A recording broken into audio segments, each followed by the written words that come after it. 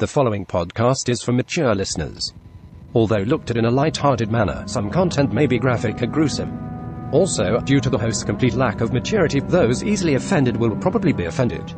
Hold on to your butts.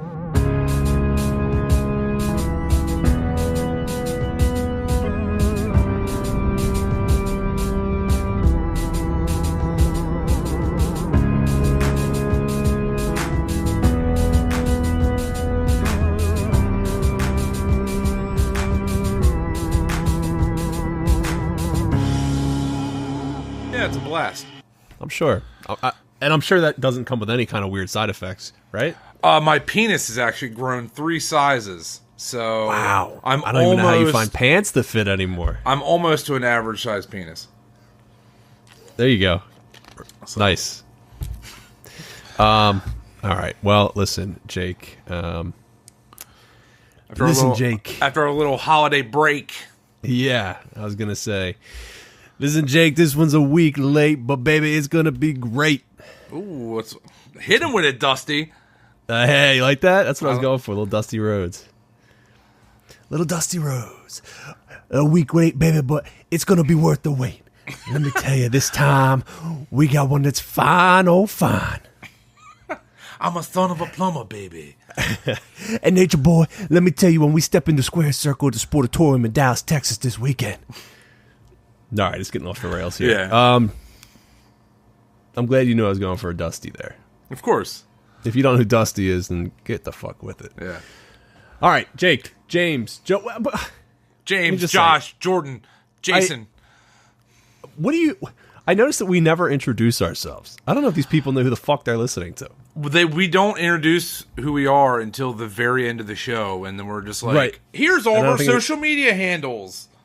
I don't know that anybody makes it that far. No, they might be like, you know what, these guys are fucking lame, and they turn it off 5 minutes into it. But you know what? I highly doubt they that. Keep trying. Each week they come back to see. Yeah. If finally they can get an episode all the way down and stomach it. Well, let's just start doing this. I'm Paul Breeden. This is what do you want to go by, Jake? I am Jake Lots of Letters. Okay. All right. Because my real last name is probably too difficult to pronounce. Jake Lots of Letters. That's what most people know. Tried and true. Yeah. Yes. All right. Well, let's talk about now we've fallen behind. This was going to be a topical subject, but then Oak Island came out, so I pushed it back, and then we had a little confusion. We both started new jobs. Things are getting weird.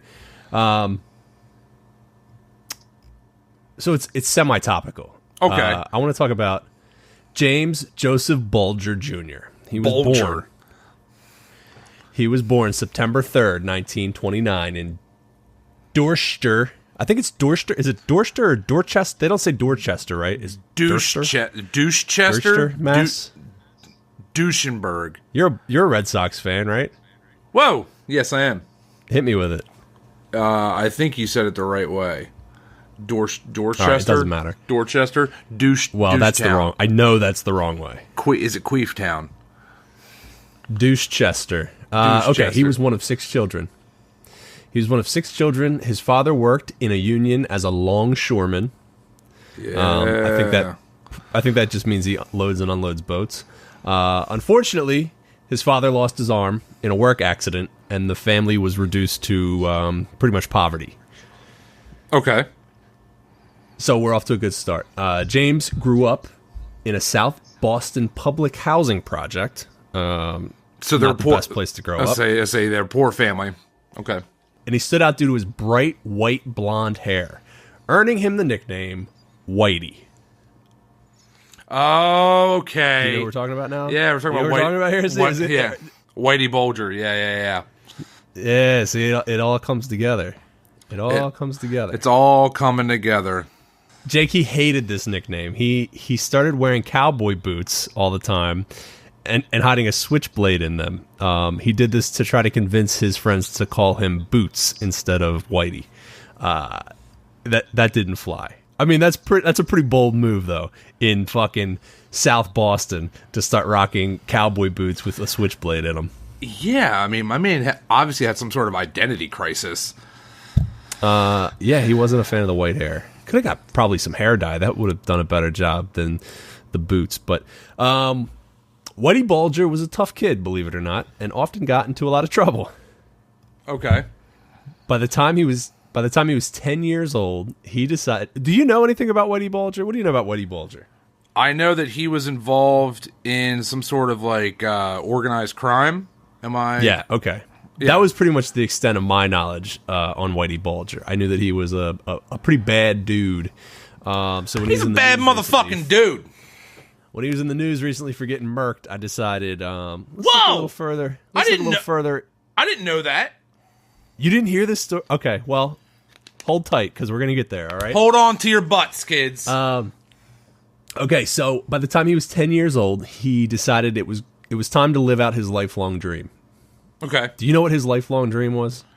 I'm assuming Jake, do you have any idea? Cowboy. He wanted to be a cowboy. No. Close. Animals are involved. He wanted to fuck animals. At the age of 10 years old, Whitey Bulger waited for the Ringling Brothers and Barnum and Bailey Circus to come to town, and he ran the fuck away with them. He became a carny. Are you kidding me? No. So Whitey's brother William eventually wrote a memoir stating that Whitey was in the circus for several months. He worked as a rouseabout. A rouseabout is basically the guy who unloads trucks and sets up the tents. And apparently he loved it. Is that the circus equivalent of a longshoreman? Yeah, he was taken after his father. He's basically just a goon. He's just like, hey, I'm up elephant shit. And a rouseabout. Popping tents. 10 years old, he's probably starting to pop a lot of tents, you know? Oh, puberty joke. I like it. When he was 14 years old, things started to ramp up. By this time, he was out of the circus. He'd left the circus life behind him, and he earned a reputation around Boston for being a thief and for beating the shit out of people. Not a bad reputation to have. No, I mean, that'll get you a long way. It got him into his first gang. At the age of 14, he joined a gang called the Shamrocks. And that same year, he was arrested and charged with larceny, assault, forgery, and armed robbery. So, really strong right out of the gate. I mean, he wasn't fucking around. You ever see the movie The Warriors? Yes. You know, like that's come out and play. That's literally like when you said the Shamrocks. I just picture guys like rolling around like, I'm gonna hit you with my shillelagh. And it's like anytime some shit's about to go down, they start snapping. Exactly on beat. Jets and the Sharks, baby, all day long. There you go. So he was sentenced to 5 years in a juvenile reformatory. It didn't work. He wasn't reformed. He got released after the 5 years, and he joined the U.S. Air Force. And almost immediately got arrested and served time in a military jail for assault. Here's a question. They let him join the Air Force after being, like, after all the gang-related crime? Like, they were like, fuck it, you can go right into the Air Force, dude, you're good. I think, and I don't know if it's still this way, I think that the military almost, like, pried on children that were in juvenile reform schools back then. They prey on them? Like, listen... Yeah, like, listen, this is a good way to turn your life around. You don't want to be a fucking thug, spending your life in prison. You know what I mean? It was.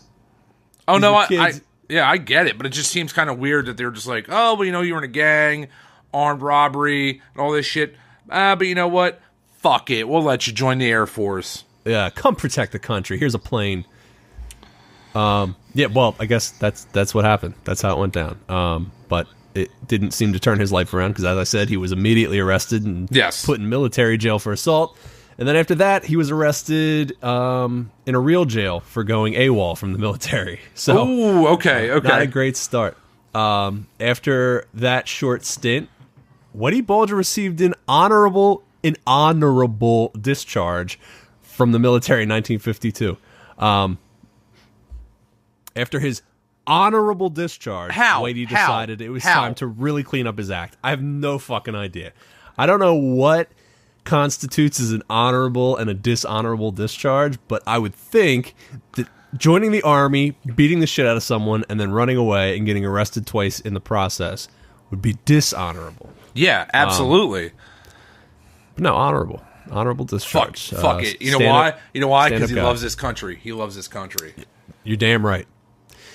He flies that flag high and tight. High and tight. Loud and proud. High and tight's not the right word. Loud and proud. There it is.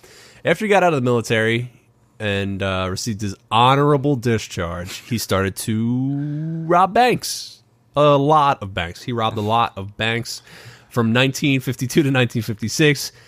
Whitey robbed banks from Rhode Island all the way to Indiana before getting caught and sentenced to 25 years in a federal prison on charges of armed robbery and truck hijacking. So this, I mean, dude, his life was like, he got shot out of a fucking crime rocket. Literally, though. Like, could you imagine what's like, so my dad was a goon on a boat, and I used to be a goon. I used to clean up a bunch of elephant crap, and now I'm going to stick this shotgun up your ass and steal all your gold bars, buddy. Like, that's what I'm here to do. And that's what he does, like, all the fucking time. Like, how did he not get killed? You know what I'm saying? I mean, at this point in his life, at this point, he's got to be probably, I would imagine, I don't have a time here. I'm not going to do the math on the dates, but, I mean, probably close to 20, late teens, and the most stand-up thing he's done is clean up elephant shit. Yeah. Well, you also got to think. So you also got to think of the time period he's in. He's going fucking batshit in this country during World War II. Correct. Yeah, 1952. Yeah, so it's like the end of World War II. So a lot of people don't really have their eyes. I guess, like, you know, security and armed forces aren't what they are today. Motherfuckers just get shot for sneezing too hard. Like, now it's just kind of like, back then it was probably just like, you gonna go put that money back there, Sonny? But, like, that's fucking wild, man. Yeah, hey, we're, again, remember I texted you about how we always say stuff that make us sound like complete fucking morons on this podcast? Absolutely, yeah. That's what I'm here for, at least. Yeah, World War II ended in 1945. But no, I know, that's what I'm saying. I was right after World War II. Right afterwards. But, I mean, we're talking like he was born in 29, so he was a teenager during World War II. Yeah, so, like, right. He was getting involved in organized crime around that time. Right. I know when World War II ended. Don't try to educate me, Paul. The world was on its fucking head at this time. But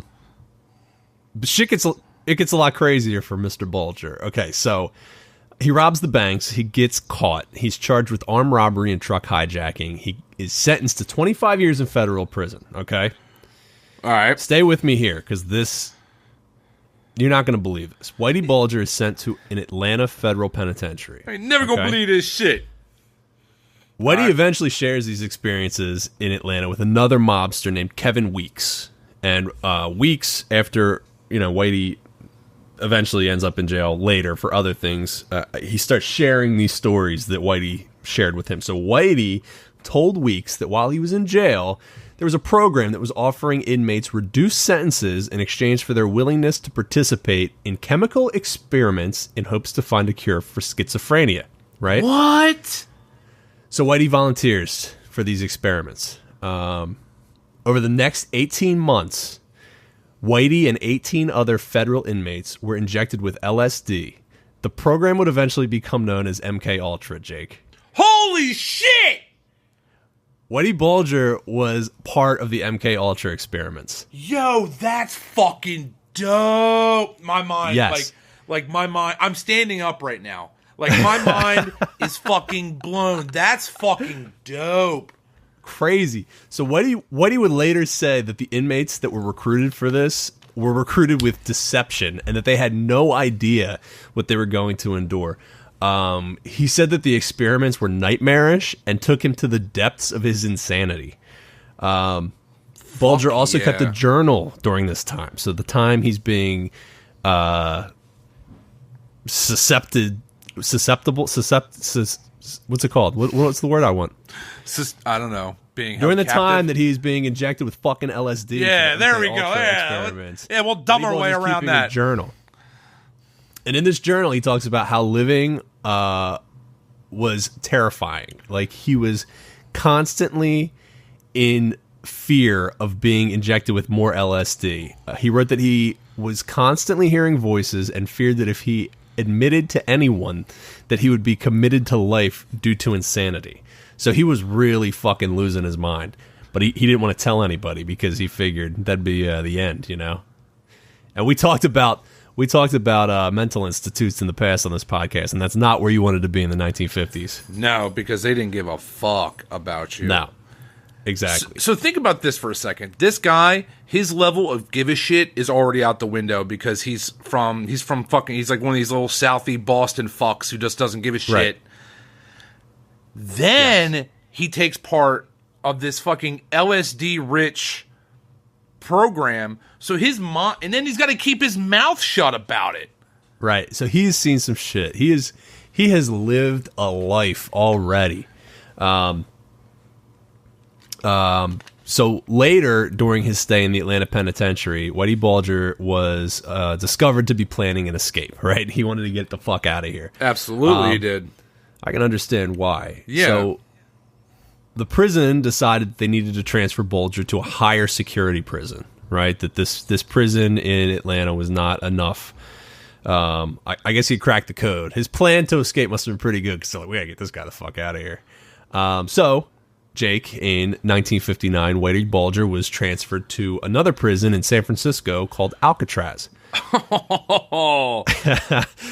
Whitey Bulger spent 4 years in the infamous Alcatraz prison before being again transferred to Leavenworth Prison, another famous prison, in 1963. Eventually, he would end up in Lewisburg Penitentiary and petition for parole. And after serving just 9 of his 25 years, he was granted parole and release. I'm assuming they held up on their end of the deal with the fucking MK Ultra experiments and got him out of there early. That is fucking wild. All the robbery he committed, he only had to serve 9 fucking years. Right, 9 years. I mean, don't get me wrong. I know Alcatraz, it's nothing to shake a stick at, but still, 9 years as opposed to 25, it's less than half. So it's pretty nice. Right, it's huge. Actually, another fun fact is Whitey Bulger is one of the only prisoners to ever serve time in Alcatraz and then come back as a visitor once it was opened as a museum. Little fun fact there for you, kids. Yeah, there you go. So, after leaving prison, Whitey Bulger, what does he do? He works some odd jobs, right? He works as a janitor and a construction worker. Then he finds his way back to crime. No, you don't. No way. Right. So he becomes a bookmaker and a loan shark for a man named Donald Killeen.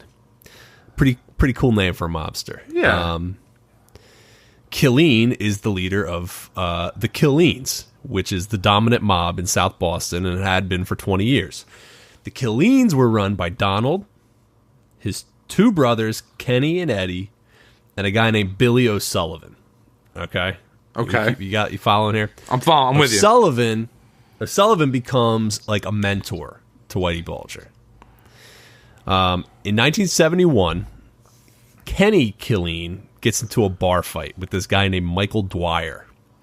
Dwyer is a member of the rival gang known as the Mullins. Okay. Kenny bites off Michael Dwyer's nose and then shoots him in the arm. This, believe it or not... Basically just saying hello. He was just saying hello. Yeah. This starts a gang war, if you can believe that. No. You never would have thought that. Nose. So during this time, Whitey Bulger would commit his first murder during this gang war time. And he did it in, I don't know, a weird way. A little bit of a botch, you could say. So... a little botched murder. There's a guy... he's a member of the Mullins gang, right? The rival gang. And his name is Paul McGonigal. So McGonigal never shot or killed anybody. Like, he never got involved with any of the violence in this gang war. What McGonigal did was he never shut the fuck up. He constantly ran his mouth. And every time things would start to cool off between the 2 gangs, McGonigal would stir the fucking pot again, right? He's that fucking dude. He's that dude. He's fucking Paulie Walnuts. You know what I mean? Fucking Paulie Walnuts. So, shut the fuck up!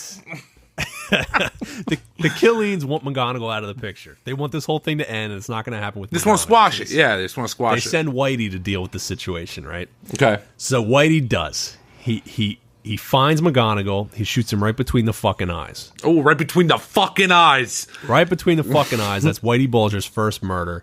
There's a small problem though, Jake. Paul McGonagall had a younger brother named Donald who lived a very clean life, stayed out of organized crime completely, never wanted anything to do with it. Donald also looked a lot like Paul, like Paul. No. He looked a whole lot like Paul. No. And apparently he looked so much like Paul that Whitey couldn't really tell him apart. So, he killed the younger brother. He killed the wrong guy. Yeah. So Whitey realizes wrong kid died. He drives right to Billy O'Sullivan's house to tell him about the mix-up. Okay, and according to Bulger, O'Sullivan took the news pretty well. Okay, so when Whitey Bulger comes to O'Sullivan and tells him, "I shot the wrong guy. I didn't shoot the fucking irritating mobster you wanted me to kill. I shot his completely innocent brother." O'Sullivan's response was, don't worry about it. He wasn't healthy anyway. He smoked. Probably would have gotten lung cancer. He smoked. Fuck it. If we didn't do it, God was going to do it anyhow. Yeah, so... It's God's plan. So he was off the hook on that one. I mean, everything turned out well. Yeah, no big deal. Yeah. Now go back and kill the other fuck. Yeah, well, he wasn't completely off the hook because the boss of the Mullins gang, on the other hand, a man named Patrick Nee, was not quite as calm when he heard the news of the innocent brother being gunned down. And he was certain that Billy O'Sullivan, O'Sullivan is Bulger's mentor, was behind it. Yeah. So shortly after this, O'Sullivan was ambushed and killed. Oh, shit. They took out O'Sullivan. After O'Sullivan died, Whitey Bulger realized that he was on the losing side of this war, that things had turned in the Mullins' favor. And he knew... the Mullins had the Killeens outmatched. So what does fucking Whitey Bulger do? By the way, fucking turncoat? I should say this. Whitey Bulger is a fucking genius when it comes to living this lifestyle. Like he's so fucking on point. He's always doing exactly what needs to be done to save his ass. So when Whitey realizes that the Mullins are going to lose this fucking war, he reaches out to a guy named Howie Winter. Howie Winter is the godfather of the Irish Winter Hill Gang. Okay? Shit. The Winter Hill Gang is one of the largest families in all of Boston, and they're really close with the Mullins. So apparently, Bulger told Winter that he could end the war if the Winter Hill Gang wanted it done. Days after this meeting, Donnie Killeen was gunned down outside of his house in Farmingham. And Whitey Bulger took off into hiding in Cape Cod. So, yeah, I mean, I don't know if you followed along there, but... Oh, yeah. This is fucking some cold-blooded shit. Yeah, okay. So, many of the Mullins wanted to hunt fucking Whitey down and take him out. They wanted to take out all the Killeens, but Patrick Nee wanted to handle things differently. Nee was the leader of the Mullins. Yes. Yeah. So Nee reaches out to Howie Winter and asks him if he can organize a meeting between the Killeens and the Mullins on a neutral site. Let's arrange a sit-down. Yeah. So Winter is glad to do this. He brings in Patrick Nee as the representative for the Mullins. The HNEIC. As the representative for the Killeens, he brings in Whitey Bulger. Yeah. Yes. So Nee, Bulger, and Winter have a 6-hour-long meeting. And in the end, both sides decide that the best thing to do is to come together under the control of the Winter Hill Gang. All right, so they're all just going to be one unified front. Yeah, they're merging. Now that all the old leaders of the Killeens have been fucking killed. Yeah.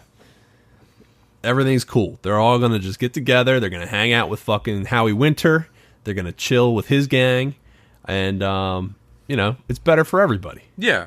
It's better to get along than be, shooting and killing each other. Can't we all just get along? One of those things. Right. There was one problem, though. There was still one of the Killeen brothers left alive. Donnie Killeen. Donnie, yeah. So shortly after this meeting where they all decide they're going to merge together, Donnie Killeen is seen jogging on the side of the road. Whitey Bulger pulls up next to him. Yeah, pulls up next to him in his car and calls him over to the car. You want to guess what happens next? Whitey Bulger shot this motherfucker. No, actually, he took a nicer approach. According to Kenny himself, Bulger just called him over and said, "It's over. You're out of business. No more warnings," and then drove away. And I guess Kenny was smart enough to fucking take the warning and stay away because he's still alive. So smart fucking dude, man. Yeah. So things are moving right along for Whitey Bulger. How, do we have an age range where he's at? Because he's got to be in his late 40s. He's got to be in his 50s. We're in the 70s now. We're in the 70s now. He's born in 29. When did I say he was born? He was born in 1929. 29. So we're in the 70s now. So he's got to be in his mid 40s. Yeah. That's probably about right. All right. Yeah, we're early 70s, so that sounds right. We're in the disco era still. Yeah, you figure he did the circus, he did the Shamrocks, then he was in juvie for 5 years, then he does the military, he's in military jail for a couple years, then he fucking gets to real jail after robbing the banks. A little bit of MK shoot Ultra. your mother. Yeah, a little bit of LSD. Fuck it, isn't it? Okay, so after the Winter Hill Gang truce, Whitey and the Mullins gang take over control of South Boston. Whitey Bulger and Patrick Nee own South Boston. Apparently, they would shake down neighborhood bookies and loan sharks. And Whitey begins to systematically remove anyone that opposes him. Jesus Christ. Yeah, he gets in tight with Howie Winter and starts convincing Howie to kill anybody that Whitey claims to have stepped out of line. So that's all it took was Whitey to go, listen, this guy's stepping out of line. And they'd have him fucking whacked.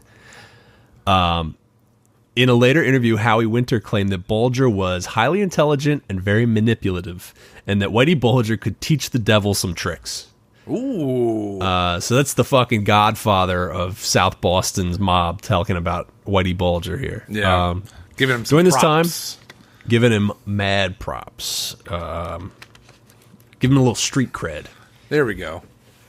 During this time, Whitey Bulger oversaw the assassination of former Mullins leader Paul McGonigal. Remember him? The guy he tried to get the first time? Yep. As well as another guy named Tommy King. As well as Spike O'Toole, who was a high-ranking member of the Winter Hill Gang. Spike O'Toole. There's a fucking name. You like that? Tommy King's big mistake was made one night while working at Whitey's. Whitey had a bar called the Triple O's in Boston. And I guess Tommy King was working there. And Tommy and Whitey got in a small argument. And after the argument, I guess Tommy made a fist at Whitey Bulger. You know what they used to, I'm going to give you a pop in the eye there, Buster. Yeah, he was dead a week later. Apparently he had stepped out of line. Yeah. Yeah. Also, apparently Whitey went deeper than just hair color when it came to the name. So in 1974, Whitey Bulger burned down a Wellesley, Mass. Elementary school in order to intimidate a district court judge named Wendell Arthur Garrity. Would you like to know why he wanted to intimidate Wendell Arthur Garrity? Is it because he's a person of color? No, Judge Garrity, I don't know if he was, but Judge Garrity had mandated that Boston schools be desegregated. Wowzers. Yeah. So, another thing that kind of struck me is that Boston schools were segregated until 1974. Yeah. Like, dude, Alabama was fucking desegregated in the fucking 60s? Yeah, I was saying late 50s, early 60s. Like, what the fuck? They crossed that line. Yeah. Whitey also threw a not Molotov up in the cocktail. Northeast. No, not in Massachusetts. New England. Fuck, man. Yeah, they kind of stayed true there for a little while. That's wild. Yeah. Whitey also threw a Molotov cocktail into the former home of the Kennedys in Brookline, Mass. This was done as a retaliation after Massachusetts Senator Ted Kennedy supported this school desegregation. Wow. So Whitey was not happy about school desegregation. Yeah, that's fucking wild. Yeah. So in 1979, in 1979, Howie Winter and many top-ranking members of the Winter Hill Gang get arrested. They got caught fixing horse races. Pinched. They got pinched. They get fucking pinched. Whitey Bulger was not one of these men. Somehow Whitey avoided all these charges, even though he was one of like the top members of the gang at the time. So, in 1979, Whitey Bulger became the new leader of the Winter Hill Gang. Oh my God! Yeah, once they all got arrested, he said, fuck them, it's me now. But before we go any further there, that was 1979. Let's rewind real quick. Let's take this back to 1971. Take it back now, y'all. This is 8 years. So he'd be 42 years old. That's in 71. Very good math. Yep. Very good mathematics. In 1971, Whitey Bulger was still an up-and-comer in the crime world, right? Yeah. He was approached by the FBI. They were hoping to turn him into an informant. It didn't work. Bulger turned them down. Then, 3 years later, Whitey Bulger pairs up with this other guy named Steve Flemmi. Flemmi was not only a mafia enforcer, but he was also an FBI informant, and the two got very, very close. Shortly after this association with Flemmi, Bulger also turned FBI informant. Oh, shit! Yeah. So, sources close to Bulger claim that this was not because he was like some kind of mob sellout. It was a strategic move. He said that the informant role worked both ways. So, Bulger and Flemmi did give the FBI information, but the FBI was also feeding them information in return. Mostly information about rival gangs and possible threats to their power. So, basically, he was covering his own ass. On both sides. Okay. Right. Apparently, the information that Whitey was turning over to the feds was pretty bare bones and of almost no help to them. While the FBI was giving Whitey the power and the information he needed to just fucking rise right up the ladder. Yeah. Steve Flemmi was at one point quoted as saying, "Me and Whitey gave them shit, and they gave us gold." So they were working the fucking feds. Yeah. Fucking genius. Bargaining their bargaining chips were probably dog shit. Yeah, right, exactly. So, all right, let's go back to 1979. Whitey Bulger is now running the North Boston Mafia. And not only that, he's also being informed by the FBI on the activities of all the other gangs in the area. So they started taking out the competition. Eventually, in 1986, the leader of the Patriarca family, I think that's how it's pronounced, one of Bulger's biggest rivals in Boston, gets indicted on RICO charges and locked up. Guess who sweeps in to pick up the pieces on the Patriarca family? I'm gonna go on a limb here and say Whitey Bulger. Whitey Bulger and Steve Flemmi swoop right in and absorb the Patriarca family into the already thriving Winter Hill mob, making Whitey Bulger the head of all organized crime in Boston. He's like the Walmart of organized crime. He's just swooping in all these mom and pop fucking gangs. I'm like, guess what? You're part of me now, bitch. He's the Vince McMahon of fucking... He is, buying up all the talent. Mob. Yeah, taking out all the fucking territories. Holy shit, dude. They've become a Boston crime syndicate conglomerate. Yeah. And during this time, as you can imagine, Whitey Bulger was responsible for pretty much everything you think he'd be responsible for. He was murdering, extorting, loan sharking, bookmaking, truck hijacking, arms trafficking, and all the other mob stuff. Like, how much time do they have in a day? Like, how do you... Like, is it just like you're running around and you're just signing off on things? Like, I guess so, man. That's so fucking weird. And especially because considering, like, the age of technology that they had then, it's just like... figure this is the 80s at this point. Calling everybody on a fucking rotary phone. And it's we'll get to that because not even that. This was all face-to-face stuff. Okay. So... One thing that Whitey was not interested in was the drug game. Okay? Sort of. He sort of wasn't interested in the drug game. Really, dips his toes in. He doesn't want to get all the way in. Well, he had no interest in the import game. He didn't want to be responsible for trafficking cocaine or pot into the States to be sold. So he went about things a little differently. What Bulger started doing was he was finding out who the biggest drug dealers were in all of Boston. And he would summon these drug dealers to come meet with him. He'd bring them into a room and make sure they knew who they were talking to. And he would have fucking enforcers lining the room with guns. Right? And then he would tell these fucking drug dealers, he would say, listen, I've been offered a very large amount of money to take you out. I don't want to do that. I want to work something out.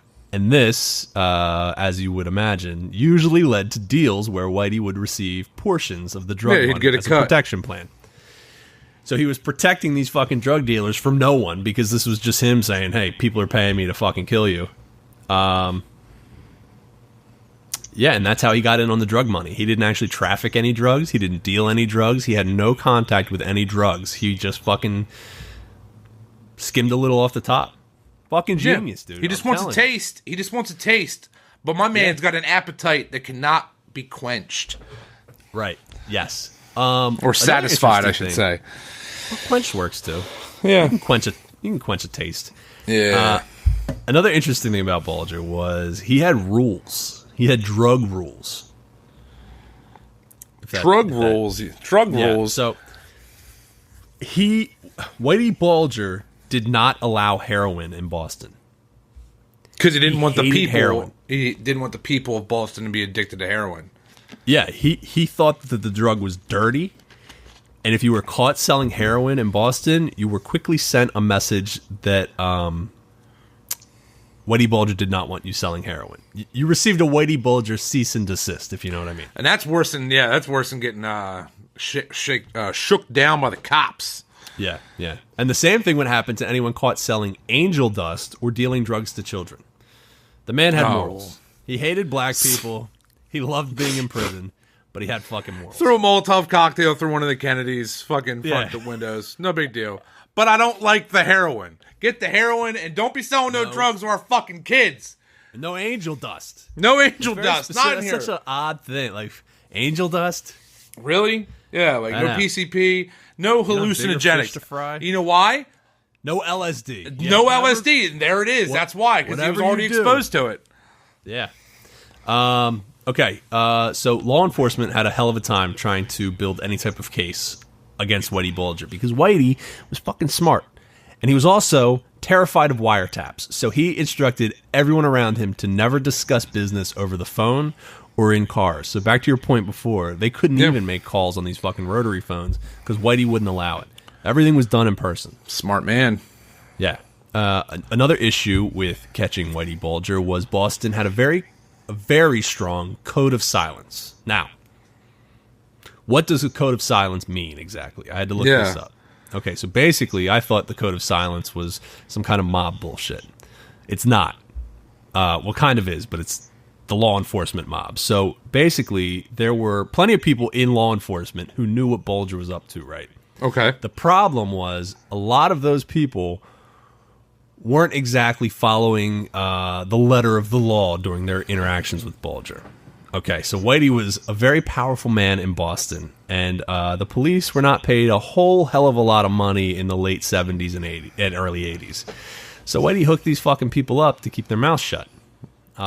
Greasing some palms, I see. Yeah, but that's not the code of silence. What the code of silence actually is a code between police officers, and it's simply that no matter what you know about another member of law enforcement, you keep your fucking mouth shut out of respect because you're brothers in arms. Oh, wow. Okay. So no cops were turning in other cops. No cops were saying, listen, that guy knows what Whitey's up to because Whitey's fucking flying him to fucking Buffalo to, I don't know what you would do in Buffalo. Whatever you're going to do. Yeah. Do drug-related stuff. Yes. So no one talked. Everyone just kept the status quo. And then, in 1991, Whitey Bulger hit the fucking lottery, Jake. Like, literally hit the lottery? Well, sort of. Okay. He sort of hit the lottery. What actually happened was Whitey Bulger acquired a winning lottery ticket for $14 million. Why would you want, if I'm Whitey Bulger, the last thing I want to do is have any type of media on me? Well, you see, Jake, it worked out for Whitey because what Whitey did need, maybe he didn't need $14 million. He probably was rolling in the cash at this point. Yeah. What Whitey did need was an excuse for why he had so much fucking money coming in. Oh, yeah. And this was it. So, the ticket was actually purchased by a man named Michael Linsky, who was a rumored associate of Bulger. It was purchased in a South Boston liquor store that was owned by Whitey Bulger. And it is believed that Whitey Bulger paid Linsky $700,000 for the ticket, along with $2.3 million of the winnings. In turn, Whitey Bulger hit the lottery. I don't know, man. Something tells me about it just doesn't end well for my man. Well, I mean, it is an amazing way to launder illegal mob money. I will say that. I mean, yes. You have a fucking built-in situation. Eventually, though, the Lottery Commission caught on and froze Bulger's account. He was still due another $1.9 million. But this is because things eventually went south for Whitey Bulger. That's why the Lottery Commission froze the fucking account. So Whitey Bulger's downfall eventually comes when the DEA and the Massachusetts State Police decide to launch a probe into Whitey Bulger's illegal gambling operations without the FBI. They knew that the FBI had become compromised and didn't want them involved when they decided to move forward on the charges on Bulger. Isn't that fucking wild that they had to like hide it from the FBI so that it wouldn't get shot down? That is, yeah. Because my man's got his hands in everything. He's got his hand in the cookie jar, man. Dude, all the cookie jars. There's so many cookies. There's so many. There's cookies everywhere. They're coming left and right. Yeah. Back and fro. There's not enough milk. There's not enough milk to eat these cookies with. Yeah, you want to know? You know what Bulger did next? He got in the milk game. What a bunch of dairy farms, dude. Smart fucking dude. No, he didn't really do that. That would be too much of a coincidence for the joke you made. Very poor joke. No, you just made. The DEA and the Massachusetts State Police, they start this probe. And after the indictments had been sealed, but just before they were delivered, Bulger was approached by a retired FBI agent, and the agent told Whitey Bulger that the indictments had been sealed and they were about to be delivered. So on December 23rd, 1994, Whitey Bulger fled Boston. He stayed away for a few weeks, and during this time, nothing happened. So he believed that the whole thing had been a false alarm and that he got bad information from this FBI guy. The day before Bulger planned to return to Boston, Steve Flemmi gets arrested outside of a restaurant by the DEA. Oh, no. Yeah. So Whitey Bulger disappears. You want to know how he finally gets caught? I gotta know. Taking a crap. By Miss Iceland. Miss Iceland. Would have never thought that. So, this is how this happens. This guy's fucking life is straight out of a movie, right? I mean, actually, it was made. The Departed is based on Whitey Bulger. That's what I figured. Yeah, yeah. But like, it's just fucking, dude. The circus, the MK Ultra, the lottery, the fucking Miss Iceland, rising to power, very Hitler-esque. If you don't, yeah, right. So what happens is Bulger and his girlfriend Catherine Gregg, they've been living in Iceland under the names Charlie and Carl Gasco. Charlie and Carol Gasco. Oh, I'm sorry. Yeah. Greg, his girlfriend, had become very close with their neighbor, a woman named Anna Bjorndatter. Nailed it. Nailed it first time. Yeah, due to their love of cats. So they bond over this love of cats that they have. Eventually, Anna Bjornsdatter, she sees an FBI Most Wanted ad, which shows pictures of Bulger and Catherine Gregg. Yep. and offers a $2 million reward to anybody that can lead to the capture of the couple. So the former Miss Iceland, Anna Bjorndotter, decides she's going to land herself a cool $2 million and put Whitey Bulger in prison after 16 years on the fucking run. Bulger was on the run for 16 years. He wasn't caught until 2011.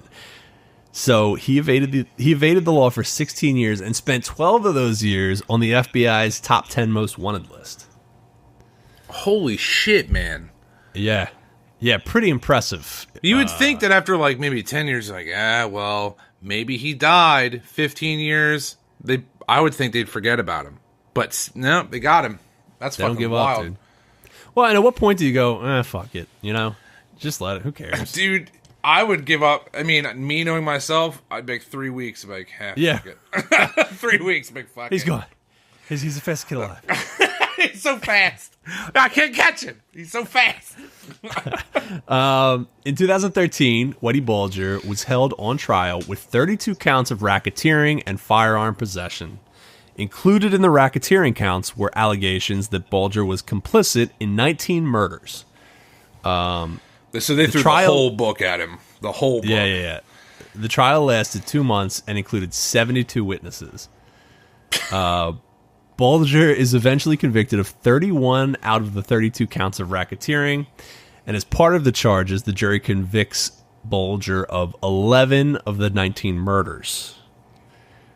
Wow. Bulger is sentenced to 2 life terms of imprisonment plus 5 years, which I don't know why they had to tack the 5 years on there. I mean, that seems like overkill. 2 life terms, so a life term is 20, I believe, right? I think, is it 20? I think that's something right. Like a life term is not as long as you would think. It's not actually life. Yeah, I think it's 2 20-year terms, and at this point, he's in his 70s. He's got to be. Yeah, motherfucker old. Yeah. So, well, apparently he just got clipped. You said he just got clipped, right? What do you mean? You just got killed? Oh, well, we're getting to that. So, okay. Bulger's sentenced to the 2 life terms plus 5 years. He is also ordered to forfeit $25.2 million and pay another $19 million in restitution. So they're really fucking him. They're really giving it to him. He's like, I'm going to show you motherfuckers. Yeah. In 2014, Whitey Bulger finally ends up behind bars. He is sent to Coleman United States Prison in Somerville, Florida, where he stayed for 4 years. And then, Jake, just about a month ago, in 2018, he was transferred to United States Penitentiary in Hazleton, West Virginia. The next day, October 30th, 2018, Whitey Bulger was found unresponsive in prison. He was sitting in a wheelchair and had been bludgeoned to the point that he was no longer recognizable. His eyes had either been gouged or beaten out of his head, and his tongue was cut off. Holy fucking shit. Yeah. Whitey Bulger had been beaten to death with padlocks stuffed into gym socks and stabbed with a homemade prison knife. Damn, I tell you what, those dudes in that penitentiary were probably licking their chops waiting for him to get moved there. He knew. Yeah. He had to have known that when he goes there, it's a wrap. Well, the crazy thing is, he's at this other jail in Sumterville, Florida, for 4 years. Never has an incident. He's pretty much, from what I've heard, he was pretty much living the high life. Like, on his own, private living. Yeah. And then he requested to be transferred to this other prison.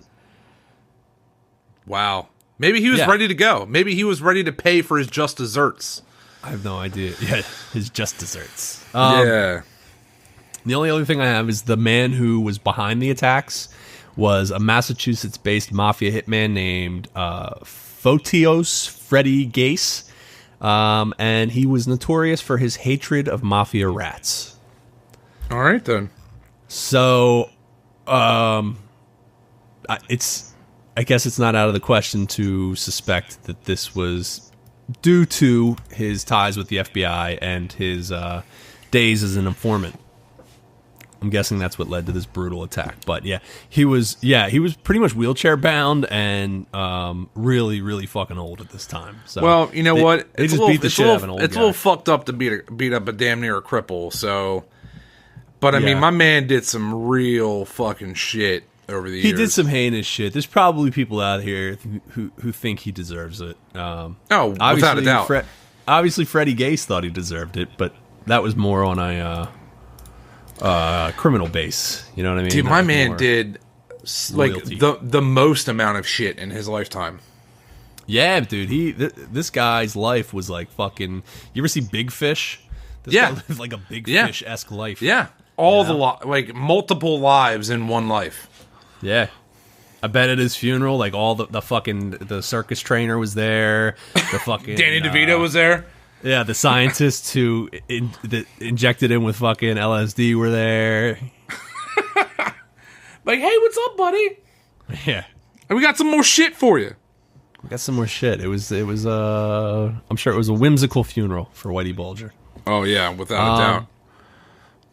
But that's it. That's all I have on this week's episode of I like that. That was good. Yeah, it was pretty good, right? I was surprised. I just knew he was like a fucking mafia guy. I planned on just getting more into the murders, but there was so much more besides the murders. No, the MK Ultra thing, I never knew that. That was pretty interesting. Yeah, dude. MK Ultra, Alcatraz, fucking hits the lottery. Yeah. Wild shit, man. Whitey Bulger. Dead as a doorknob. Dead as a fucking doorknob. Dead as a doorknob. Nice. Hey, I'm on Instagram at Breeding Nuclear. My buddy Jake here is on there at Jake Lots. Jake Lots. And you can email us at thedepthspodcast@gmail.com if you have any questions or comments or topics you'd like us to look into. Yeah. Please reach out to us. And if you could, do us a huge favor. If you're on an iPhone, just scroll down a little bit and you can rate and review the podcast, and it helps us out. The more the merrier. Yeah, like and subscribe and rate and review and all those cool things. All that good stuff. Let me tell you something, baby. I would never do anything to disrespect the American dream. MK Ultra, baby. It's amazing. MK Ultra, when we step into the squared circle at the Sportatorium in Dallas, Texas. It's Starcade, baby. 83. Me and you, baby. Terror Funk, let me tell you something. All right, Jake. Bye. All right, buddy.